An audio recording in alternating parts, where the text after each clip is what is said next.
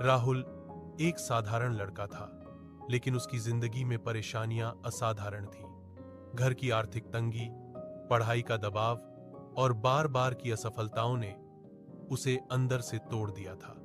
वह अक्सर सोचता, क्या मेरी जिंदगी किसी काम की है? एक दिन हार मानकर वह बहुत उदास मन से रेलवे ट्रैक के पास बैठा था। दिल भारी था, आंखें नम थीं। तभी उसने देखा कि पास ही एक छोटी बच्ची अपनी टूटी हुई साइकिल को बार बार उठाने की कोशिश कर रही है।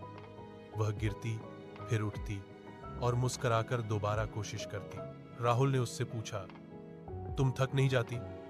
छोड़ क्यों नहीं देती?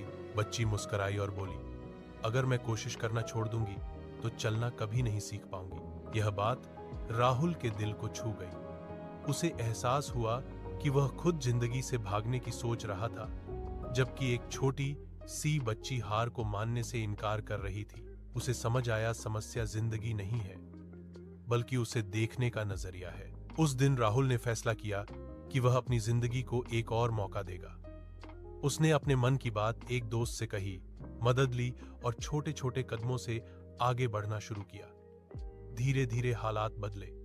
आज वही राहुल दूसरों को हिम्मत देने का काम करता है। राहुल एक साधारण लड़का था, लेकिन उसकी जिंदगी में परेशानियां असाधारण थीं। घर की आर्थिक तंगी, पढ़ाई का दबाव और बार बार की असफलताओं ने उसे अंदर से तोड़ दिया था।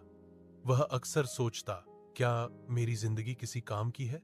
एक दिन हार मानकर वह बहुत उदास मन से रेलवे ट्रैक के पास बैठा था। दिल भारी था, आंखें नम थीं।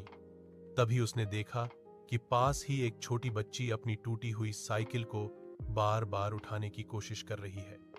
वह गिरती, फिर उठती और मुस्कुराकर दोबारा कोशिश करती। राहुल ने उससे पूछा, तुम थक नहीं जाती? छोड़ क्यों नहीं देती?